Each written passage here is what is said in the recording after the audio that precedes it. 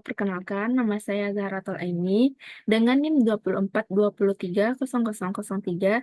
Saya merupakan mahasiswa baru pada jurusan Magister Pendidikan Pancasila dan Kewarganegaraan Universitas Negeri Padang tahun masuk 2024. Di sini saya akan mempresentasikan tugas saya pada mata kuliah Public Speaking dan Hubungan Masyarakat yang diampu oleh Bapak Dion. Saya ditugaskan untuk menganalisis satu topik atau satu bab pada satu buku dengan judul buku The Complete Guide to Public Speaking. Di sini saya akan mengangkat pada bab 3, yaitu Marketing Your Speech and Public Capabilities, yaitu memasarkan kemampuan berbicara. Di sini saya akan membahas bagaimana cara memasarkan kemampuan berbicara untuk menjadi pembicara publik yang sukses. Dalam buku ini terdapat kiat-kiat praktis yang disampaikan untuk pembicara, baik yang profesional maupun yang pemula, untuk meningkatkan kepercayaan diri dan menciptakan peluang. Eh, Bagian pertama yang dibahas adalah the client mindset, yaitu memahami pola pikir klien. Untuk menjadi pembicara yang diminati oleh klien, perlu memiliki pola pikir yang sama dan perencanaan rapat atau topik yang akan dibahas nantinya. Dan menjadi pembicara membutuhkan keterampilan berbicara publik yang tepat. Dengan cara mempersiapkan materi yang baik, serta menjaga komunikasi yang responsif agar pembicara dapat menarik perhatian klien. Di sini, kiat-kiat untuk memahami pola pikir klien ada 4. Yang pertama yaitu adaptif. Adaptif yang dimaksud adalah pembicara mampu menyesuaikan presentasi dengan berbagai audiens. Yang kedua, yaitu perlunya persiapan dan perencanaannya matang untuk mempresentasikan materi nantinya. Yang ketiga, adanya sikap profesional terhadap penyampaian materi. Yang keempat yaitu fokus pada audiens, di mana memusatkan memusatkan upaya untuk memenuhi kebutuhan dan harapan spesifik audiens nantinya. Yang kedua, yaitu positioning is the best marketing, yaitu penempatan diri adalah pemasaran terbaik. Penempatan diri adalah pemasaran terbaik dengan memposisikan diri secara efektif dalam pikiran audiens, dan perencana acara dapat membangun reputasi yang baik.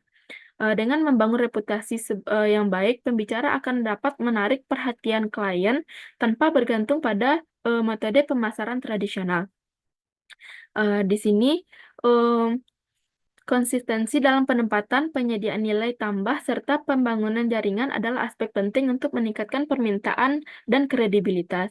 Berikut manfaat dari penempatan diri. Yang pertama yaitu meningkatkan permintaan. Klien akan secara proaktif mencari Anda. Yang kedua, memperkuat kredibilitas, yaitu posisi sebagai ahli akan meningkatkan kepercayaan kepada klien. Yang ketiga, yaitu membangun hubungan jangka panjang. Klien akan lebih royal kepada pembicara yang mereka percayai.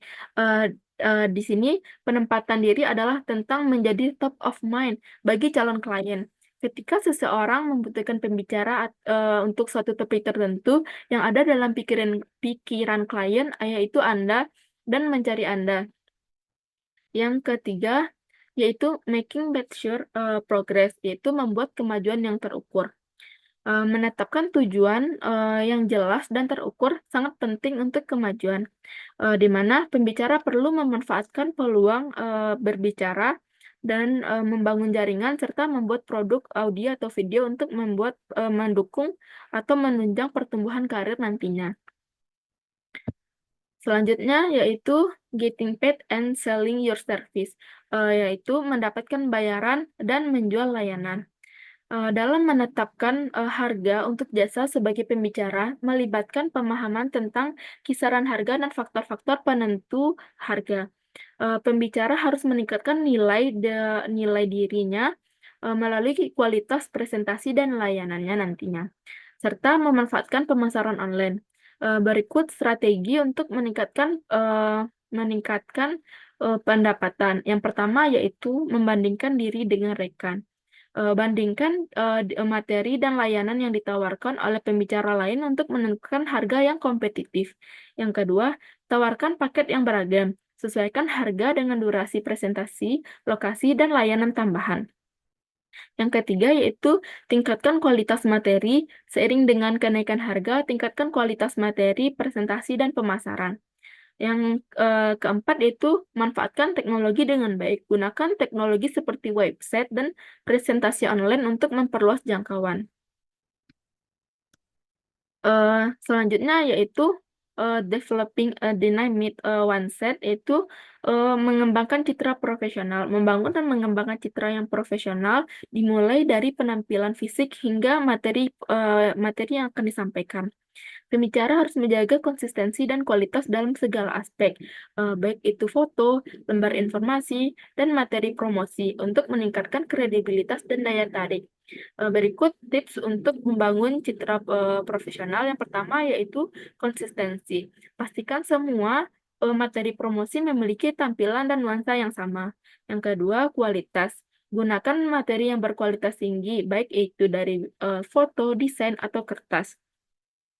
Yang ketiga, relevansi.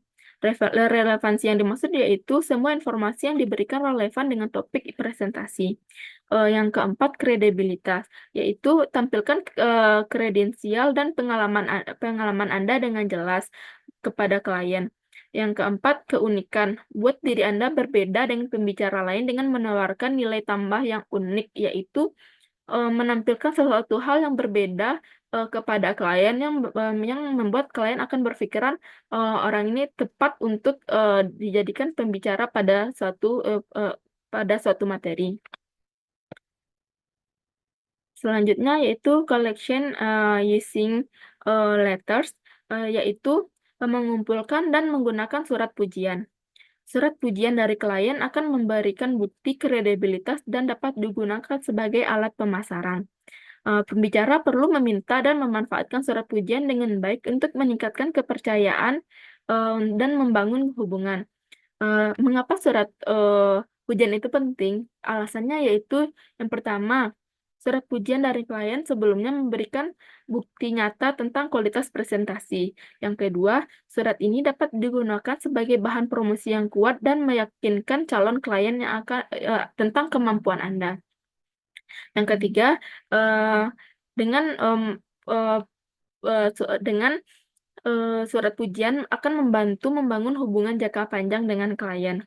Berikut tips untuk mendapatkan surat pujian, yaitu setelah presentasi, mintalah audiens untuk mengirimkan surat pujian. Waktu yang tepatnya yaitu mintalah ketika membangun hubungan baik dengan audiens tersebut. Yang ketiga, sediakan amplop dan perangko yang sudah ditempel. Yang terakhir yaitu jelaskan mengapa surat pujian itu penting bagi Anda, serta bagaimana surat pujian itu akan membantu Anda suatu saat nanti. Yang terakhir yaitu membuat video demo yang efektif. Video demo yang efektif adalah alat yang penting untuk mempromosikan diri. Berbicara harus memperhatikan video singkat, fokus, dan profesional. Elemen seperti pembukaan yang kuat, cuplikan presentasi terbaik, dan testimoni akan menjadi penarik perhatian calon klien. Berikut tips untuk membuat video demo yang efektif. Yang pertama adalah video tersebut harus singkat dan padat. Idealnya berdurasi 15 menit atau kurang. Yang kedua, fokus, yaitu tampilkan keahlian inti dan gaya presentasi.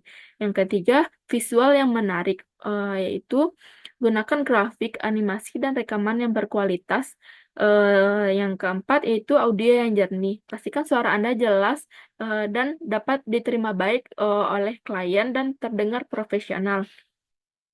Yang kelima yaitu ceritakan kisah. Gunakan narasi yang menarik untuk membuat keterikatan antara pembicara dengan klien. Yang terakhir yaitu tampilkan reaksi audiens jika memungkinkan, sertakan cuplikan reaksi audiens saat Anda berbicara. Buat kesan yang kuat serta menyesuaikan dengan target audiens, yaitu video yang dibuat itu sesuai dengan kebutuhan dan minat calon klien.